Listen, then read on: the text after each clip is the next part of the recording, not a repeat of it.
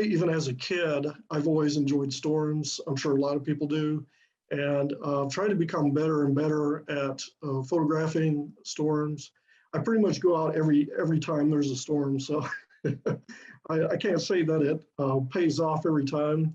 It's kind of like fossil hunting. You don't usually find what you're going out to look for, but usually find something that's just as incredible. And you're like, wow, I didn't realize, it's like, I wasn't looking for that, but I got it on video.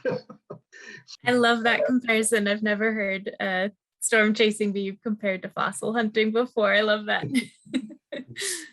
So in terms of the weather photography, how's your photography career developed? Was that something that you've worked on your whole life, or is it really like that combination of storms and photos? So, so my photography skills are basically self-taught, and I've been trying to hone those skills for years. What I found is that 99% of it is having good equipment, and that's not easy to come by. Sometimes, money is short, and so trying to find a low-end professional camera that will do everything you want to do under the low lighting conditions that are typical for severe weather and storms in general, it's kind of hard to find, actually. So, but there's some technological limitations into doing that. And I do a lot of playing around with settings. So I'll go out on I've been trying to get sprites, at stratospheric lightning for about a year and a half now, unsuccessfully, but I'll go out there and the way I see it is, even if I bust, what I'll do is I'm using it as kind of a way to get a better feel for my camera, see what the limitations of the camera are. Maybe I did something wrong this time, maybe I need to change the settings. And so I learned that the two take-home messages are, get your settings right and then leave the camera alone. I found the worst video in the world is when I started messing with it, or, oh, the storm is moving, I got to move the camera. And then for me, it just ruins the video. The best thing to do, best advice I can tell anybody who wants to get into weather photography is kind of guess where you think the storm is going to track, and then set up the camera and then leave it alone. Make sure it's in focus. I've had things where I've had accidents where I left it on autofocus. So I got a Gus NATO, and luckily I had my still camera going, so I got the still shots. But on the video side of it, I got a really good in focus image of my windshield with all the bug splatters on it and everything, and pretty much missed the Gus NATO. You can see it in the background, but it's pretty blurry. So you do make mistakes like that. And so that's one of the things I've tried to do is in the effort to hone my skills is to anticipate those kind of things, because a lot of times, like for a Gus NATO, that's one of those cases where I wasn't looking for a Gus NATO, but the Gus front was coming through, and suddenly I was like, oh wow, I can film a Gus NATO. You got to be ready for that. And so what I do is a lot of preparation now ahead of time to try to get everything set up so that it increases my chances of getting something. So you've probably heard luck is preparation waiting for an opportunity, and that's exactly what's exactly true in severe weather photography. Because you never know what you're going to see. And you may get bored, and that may, the show may not occur until very late. And that was the case for this year's Kim Colorado tornado. And if you just drive away and you're like, oh no, it's about to tornado, because I thought it was just going to, dissipate and not actually produce a tornado. You just have to be patient. And, that's the other thing that I would recommend for anybody who's trying to do severe weather photography is patience. And sometimes you'll sit out there for hours. It's a waiting game. When you do deadbolts, so when storms fall apart, you can wait 40 minutes for that last big spectacular outburst of lightning that a storm will do, which is basically the last gasp of charge in the clouds.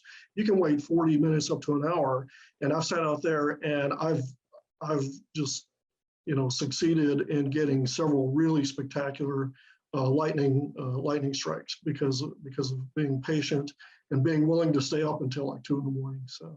Do you use any like apps or any other tracking equipment for storms to figure out where they might be to position yourself? So, okay, so over the years, I used to do all the Geo Level 2 and mobile threat net and all that kind of stuff. And my advice to people in storm chasing is you don't need that. The technology is so good these days. And what you see is a glut of people who don't know what they're doing. They're out there these days because the data is so good and the cell phone connections are so good these days. So I use Radar Scope basically is the only app that I use. And even in Eastern Colorado, I get really good reception. So I don't have any problems with that. And I have enough experience around storms that if I lose connection, I usually know what I'm doing to stay safe. That's another thing. You start to build up a sort of a repertoire of experience where you can just tell just looking at the cloud whether it's going to be a severe threat or whether you're about to get hailed on.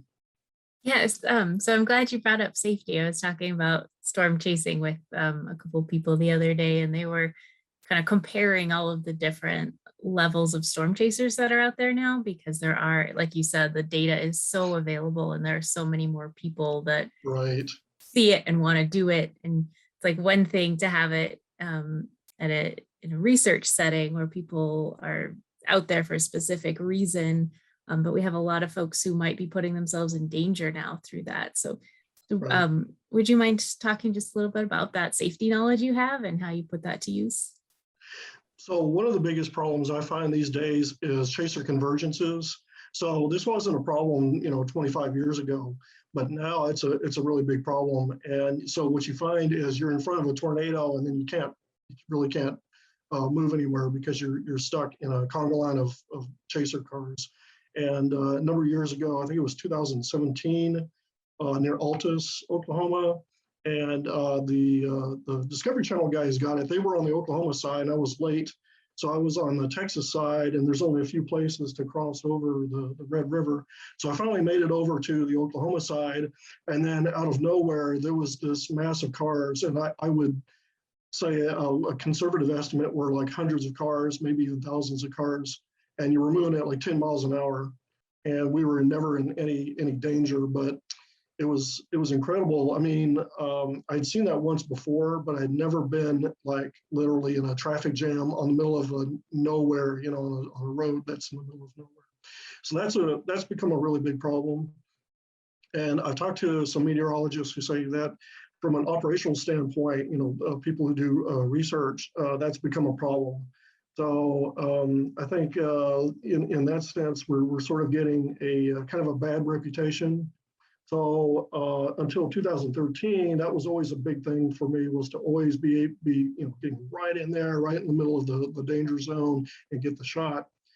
But after Tim Samaras and his son Paul and his chase partner Carl died in the El Reno tornado in 2013, have become a lot more conservative. You can still get spectacular shots, and you don't have to be right in front of a tornado in order to be able to do that. And I shouldn't admit this, but in 2003, me and a friend, we were on the Elk City tornado, Oklahoma tornado, and we saw it dissipate, and we thought, oh wow, we get video of the wall cloud as it's going, we can get the rotation. And what we got was this big blast of wind. And we were looking at each other and we were thinking, oh, maybe that was not smart, because it was probably a weak EF0 tornado that passed through us or passed by us. So it still had some rotation with it, and it still had some contact with the ground, but we couldn't see it because it was a transparent tornado. And luckily it was just an EF0 when it passed us. So I do not do any risky stuff like that anymore. The other thing that you tend to get into is hail. And I think this is, I would say it's unavoidable, but it goes with the territory.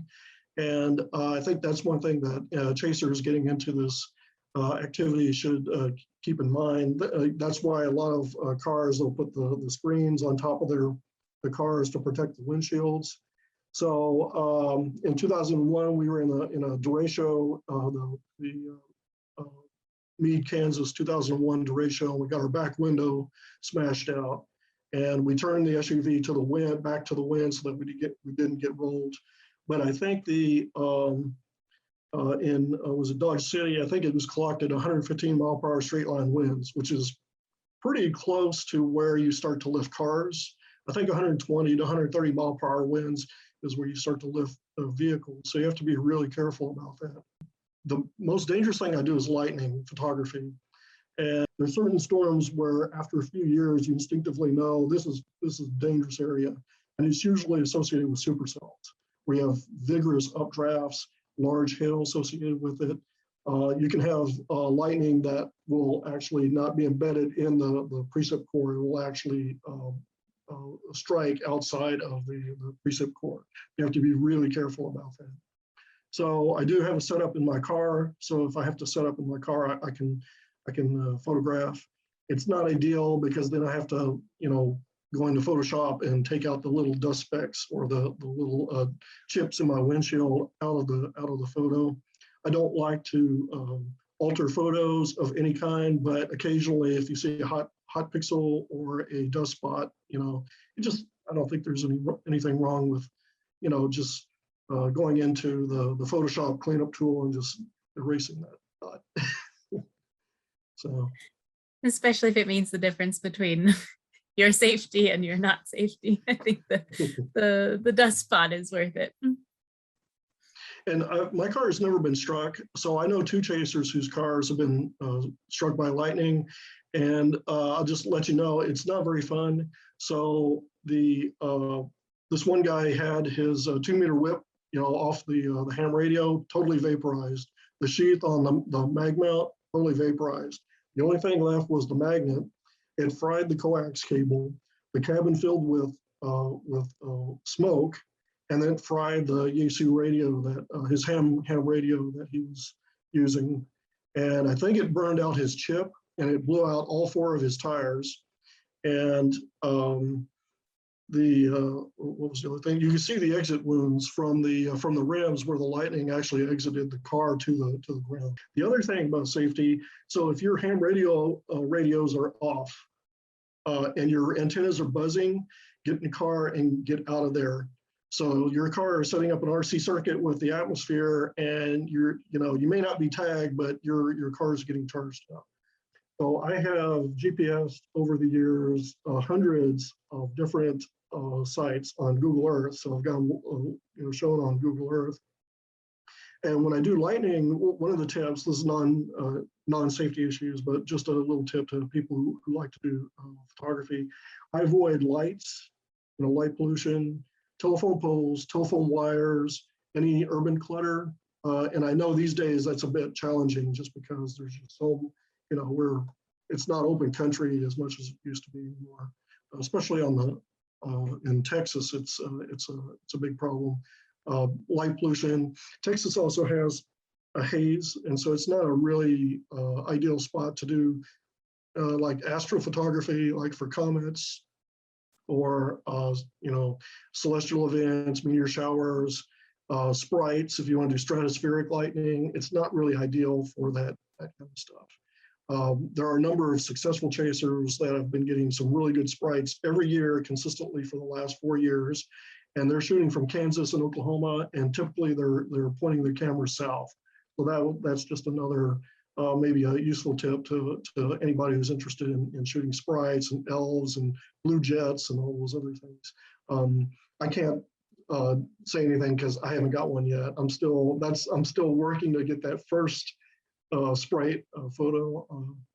So it's photography has contributed so much to weather research. Is there like a specific phenomenon that you photographed that you weren't expecting to see, or anything that you've learned through photography? So one of the things I do a lot is time-lapse photography. And so what you find out is that storms don't just go up, they evolve. And I think Brian James, Channel 5 meteorology team, said that on Twitter not too long ago. So I'm not trying to steal his comment there, but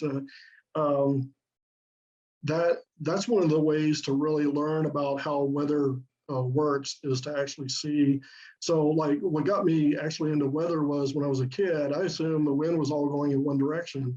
But then when you look up, you'll see, you know, the high clouds going this way, and then the low level clouds will actually be going 180 degrees in the opposite direction. And you're like, oh, you know, for a kid, you're like, how does that happen? You know, and you want to learn more about it. So yeah, I think you do see little epiphanies like that. I've actually seen meteor showers. I've gotten a couple of nights where I got some really good meteor outbursts, and I wasn't even photographing meteors that night.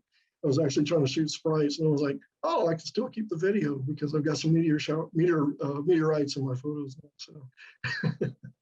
So again, it's like fossil hunting. You don't usually find what you're looking for, but you find something that's just as cool or cooler. Yeah, no, it sounds like just the process of photography has taught you so much about storms and about the process of weather and everything. So it's really amazing to think about how much just that practice and that like kind of long-term use of photography can teach you about the atmosphere. I think in practical terms, what it does is it makes you a better photographer because you're constantly thinking about how do I improve on the last time. So maybe you didn't get the shot, you know, you were in a bad position, or you had some technical issues with the camera that you weren't expecting. And so what you do is you try to adjust for that the next time you go out so that you don't miss the shot. And so you do become a better photographer. And you do try to think about, okay, where do I want to be on the storm? Because typically when you go out there, the storm hasn't fired yet. So it's a clear sunny skies, you're on the south low boundary, or you're on the cold front or whatever, and you're trying to anticipate where things are going to be. And so it helps. So I read weather maps, you know, 365 days a year. And as do other chasers. All the chasers I know, they read the weather maps 365 days a year. You think, well, why would you do that if you're not chasing? Well, what it helps you do is you start to see the patterns. So Texas and Oklahoma definitely have a certain, there's certain hotspots, and there's certain areas that are, it's not just being in the storm track. I think there's some geographical areas that are particularly severe. That's definitely true in Texas. And so what you go, aha, you know, first time you didn't go to that area. And then the second time you're going like, okay, next time the storms go up, you know, the likelihood of it being severe near Gerald, Texas is going to be pretty good. And as you know, the Gerald 1997, May 27th, 1997, the Gerald tornado, that area right there is a hot spot. And so that's one of the areas I target whenever I see severe weather going up, because I know that just from experience, it's just pattern recognition, and it has nothing to do with anything. You didn't really come up with anything a priori and say like, oh, the weather maps say that the tornado is going to happen right here. You know, you just base it. You just know that from time to time, that seems to be like a hotspot for severe weather, and so you tend to target those areas. It's kind of empirical. There's some empirical aspects to storm chasing, and it just comes from building up experience chasing storms. Is there anything like that besides the weather maps that you studied to help you gather that empirical data, or is it mainly the weather maps? So I can't tell you how many times that I've been burned by looking at something and go, oh wow, you know, the HRR tells you this is where it's going to be, and then it doesn't actually verify, and it's because it's a model. It's just a model of where it thinks it's going to fire. So one of the things I look for when I'm actually out there is actually the SPC mesoanalysis page, because that's semi-real-time data, and then so what you're looking for are gradients. So storms always fire along gradients, and that's what you really want to look for. Now for alpha boundaries, those can be really good, but you can also, they're kind of fickle. It's kind of like dry lines. They can be spectacular, or it can guarantee that you're going to bust and miss the storm that actually fires off the cold front. And so you have to be careful when you target like weak frontal boundaries and things like that. It is true that, you know, alpha boundaries are known to have long-lived, long-track tornadoes. And that's because a lot of times what happens is the parameters on either side of the front are balanced, and you don't have a lot of forcing like what you do with a cold front. So if you find a good storm and it turns out to produce, there's a good chance that it could have a long-lived, long-track tornado. But I wouldn't use that as your primary thing. I do target, however, cells that are out ahead of the cold front.